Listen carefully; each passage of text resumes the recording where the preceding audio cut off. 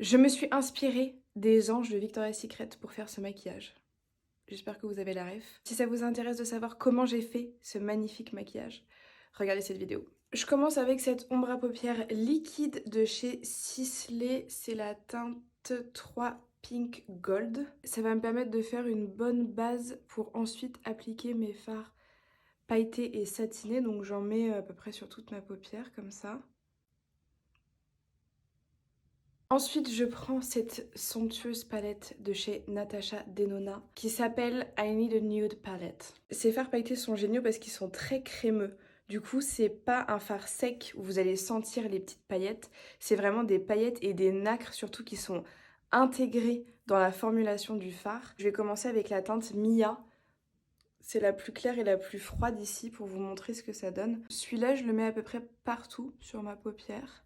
C'est un mélange de nacre bleu et rose. C'est ce qui fait que c'est un fard qui est parfaitement neutre. Vous avez pas du tout... Enfin, il est plutôt froid que chaud, mais en réalité, il est vraiment neutre. Je prends maintenant ce fard à paupières là, c'est la couleur Sheen. C'est plutôt un doré cette fois-ci, donc je vais apporter un petit peu plus de chaleur. Je vais mettre principalement dans le creux de mon œil ici, pour creuser légèrement, faire un petit contouring de l'œil et donner une petite structure à mon regard. J'en mets un petit peu aussi en ras de cils inférieur. Pour structurer encore un petit peu plus mon regard, je vais maintenant prendre la teinte Delilah. Celle-ci, donc on est sur un gris qui a aussi des reflets, enfin des paillettes bleues. Je vais venir en prélever pour en déposer dans mon creux paupière, ce qui va me permettre en fait à nouveau de structurer mon regard. Je me concentre principalement voilà, à la fin de mon œil.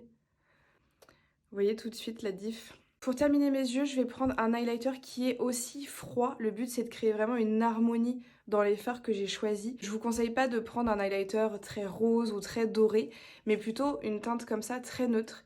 Ici, c'est le Dandelion de chez Benefit. Et je vais venir en fait terminer le travail que j'ai fait sur mes yeux en floutant bien, surtout la couleur plus foncée que j'ai mis dans mon creux paupière.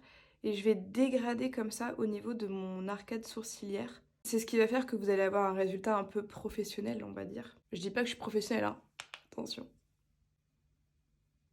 Détails qui n'en sont pas, si vous voulez vraiment un regard hyper soigné. Mettez maintenant un petit peu de crayon blanc irisé en ras de cils inférieur. C'est subtil, mais ça réveille un petit peu votre regard. Pour le ras de cils supérieur, vous pouvez prendre un crayon plus foncé cette fois-ci, donc un noir ou un gris. Moi, j'aime bien prendre un violet. Les yeux sont terminés, j'ai mis du mascara. Et maintenant, j'utilise pour ma bouche le crayon L'Oréal Paris 302 Bois de Rose. Je mets en rouge à lèvres le My Dream Lipstick de Natasha Denona. Enfin, je termine avec le faux filler de chez Huda en teinte poche.